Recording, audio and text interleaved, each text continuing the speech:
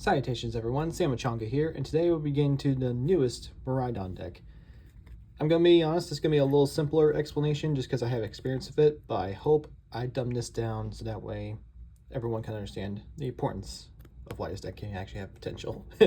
So to start off, I'm going to do this in like some categories of like supporter Pokemon and then more of your offensive Pokemon, so I hope I do this well.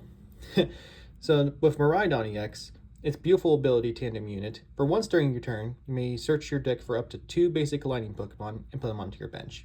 It's straightforward and to the point, and what's nice too, if you find out Miraidon, it can stack a little bit. And when it comes to Mew, it's just another draw supporter as well, along with its little useful attack in case. You know, with it being 3 colorless, all 3 lightning can actually count for, so you got nothing to worry about.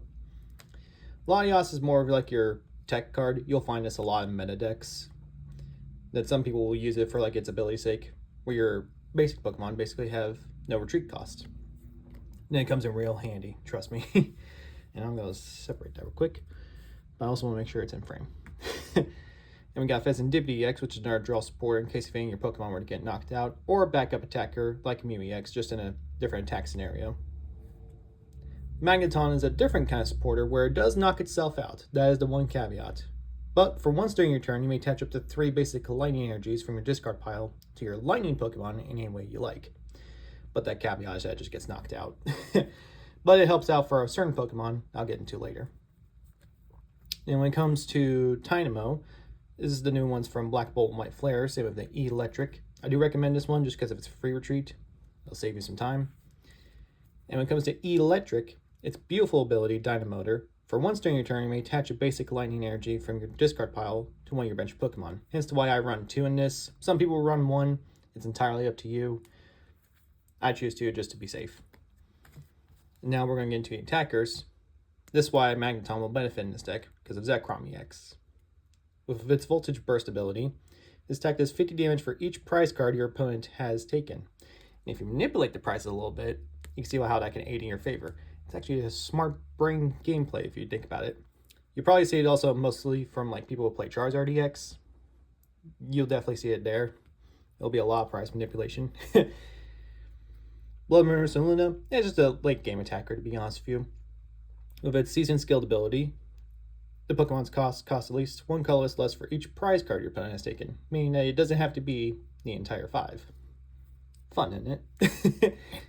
And then Zoya Aura, he's mostly just a bench attacker, to be honest with you. Yes, you have to discard all the lightning energy, but he does do enough damage to knock out any Pokemon EX with at least 210 HP.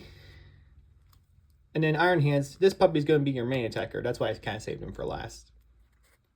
Most of your items and supporters will definitely probably go towards him. Mostly because of Ampy very much. Yes, that is a hefty energy cost. And yes, it may not do much damage, but what's nice, if your opponent's Pokemon is knocked out by damage from this attack, you get to take 1 more prize card. And meaning, if it were a rule box Pokemon, you get to take 3 instead of 2. Fun, isn't it? And in terms of lightning energy, I believe I just run 12, but I'm going to make sure. 1, 2, 3, 4, 5, 6, 7, 8, 9, 10, 11, and 12. I've been doing my decks as of late with like these new energies from Black Bolt and White Flare, just because it takes me back to my childhood. So you're going to see that quite a bit now. Then you got some supporters like Brock Scouting, just to help in case if you need any basic Pokemon or need an evolution Pokemon. You know, it's like a mixture of an Ultra Ball or Nest Ball, but the caveat is that you only have to choose 1, I believe. Yeah. And then Penny will help any basic Pokemon that may get close to knocked out. It's a little straightforward, to be honest, but also a lifesaver. Iona, just for disruption, but also to give you a better hand in case if you don't have a good hand. Run 3 boss just to really annoy them. Some run 4. I just run 3 just to give myself variety. Then Arvin is going to be your main supporter, just to find any items or tool cards that we'll get into later. In terms of new spec cards, these are my personal opinions, because I figured this would help out against any Pidgeot EX decks, or decks that play Pidgeot EX, where colorless Pokemon in play, both yours and your opponents, have no abilities. It'll come in clutch, I felt like. Haven't been able to use it yet, but in like a cup or like a league scenario, could come in handy. Same with Gravity Mountain, where each stage 2 Pokemon in play, both yours and your opponents, get 30 less HP. And you can kind of tell from the list, though, we mostly have stage 1s. So I think we're going to be okay. I think we're going to be okay. Then we got Earthen Vessels to help draw out your Lightning Energy. Ultra Balls to help find any evolution Pokemon that you may need. Or if you want to use Dynamotor off rip like that, if you have any Lightning Energies in your hand, Ultra Ball can also help speed that up. Now, Electric Generator is a wonderful, wonderful item for Lightning decks. Now I'll get into the reason why. You get to look at the top 5 cards of your deck and attach up to 2 Lightning Energies from there, if you find any, of course, to your bench Pokemon that are Lightning types in any way you like. And you gotta shuffle them back to your deck. So like if you were to draw like say 2, for instance, they can go straight to your bench in any way you like. So like if we were to power up Iron Hands or Zekrom or even Miraidon, having these comes in handy. We run a max of 4, mostly because it's just a Pokemon rule. You gotta run like at least a max of 4. Because if I had my way, I'd be running 10. I would be running 10 just to guarantee I get to draw them. And then Night Stretcher will help in case you need to find an energy in a pinch or to grab an evolution Pokemon. Because it doesn't specifically say it has to be a basic. It can be an evolution too. So that's why we run one of those. The Nest Balls we run 4 of, mostly to find your Mew or Fez or Latios, since Miraidon's ability is not going to have a factor on those Pokemon. Got Prime Catcher just for disruption, but also for like a good clutch scenario to like win the game if you get lucky. Then we got Super Rod, just a straightforward card where it can help you find any Pokemon and Lightning Energies from discard pile into your deck. Pokegear, it does kind of work like a Great Ball. The only caveat is that it's just for supporter cards instead of Pokemon. And I'll explain why. Because you get to look at the top 7 cards of your deck like a Great Ball. And you may reveal a support card you find there and put it into your hand. So like it will help you find like an Arven or a Boss or even an Iona if you need it. Can't really have a say in what support you get, but any little bit helps. In terms of the tools, I only run like 3.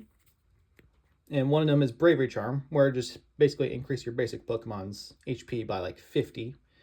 And if you play on like Iron Hands, it'll give him like 280. So he'll sit there for a little bit. But usually you kind of want to run this with Iron Hands, and I'll get into that right now. Because if the Pokemon this card's attached to has a retreat cost of exactly 4 in the active spot, and is knocked out by damage from an attack from your opponent's Pokemon, you can move up to 3 basic energy cards from that Pokemon to your bench Pokemon in any way you like. Meaning like you can either spread it out or from one hand to another, just bring the energy back and just cycle through. It's basically like a big energy tube is like the easiest way I could describe it. And then Vitality Band, it's not too bad. It's just like a little damage enhancer for your Pokemon. Or the attacks of the Pokemon this card's attached to, just do simply 10 more damage to your opponent's active before applying a weakness or resistance. And yeah, at least that's the main bulk of the deck. Mostly you just want to use all the Lightning Pokemon to the best of your ability to power up, say, Hands or even Miraidon. Just because 220 is still not too bad of an attack. And even if you have the Vitality Band, it could get in there. It could get those big numbers, but not too crazy big. I will be honest, not too crazy big of a damage output, but the synergy is there to help like people understand that like even for like a good competitive deck, even in the meta right now, I do recommend this. This is how I started off competitively, and I hope I hope I comprehended it a little well for you guys, or hopefully explained it well. Because like I said, I have experience with this deck from like actual league cups and some league challenges, but it's not too bad of a deck to understand. It's very straightforward. It's to the point. You really have not much thinking to worry about. The only thing you really have to worry about, I would say, is just being wise about your electric generators, because there can be a bit of a gamble aspect to those. And when you draw duds, it sucks. It really does suck, I'm going to be honest. But yeah, I think that's pretty much it. I thank you all so much for watching. You can comment, you can like, you can subscribe if you want. You know, God gave us free will. It's entirely up to you. But yeah, I hope you enjoyed today's video. Peace be with you.